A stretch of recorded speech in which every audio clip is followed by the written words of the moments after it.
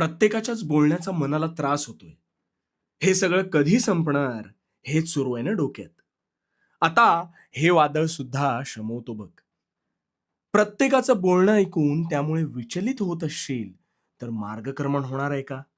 नाही ना. आता तू म्हणशील ते कळतंय पण वळत मात्र नाही. समोरच्याचे म्हणजेच जवळच्या व्यक्तींचं म्हणणं आधी ऐक.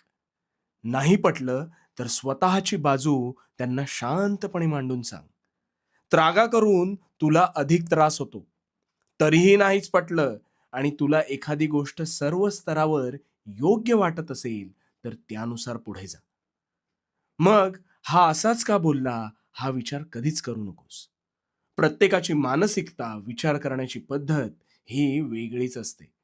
आता हाताची पाचही बोटं सारखी नसतात, हे कायम ध्यानात ठेव.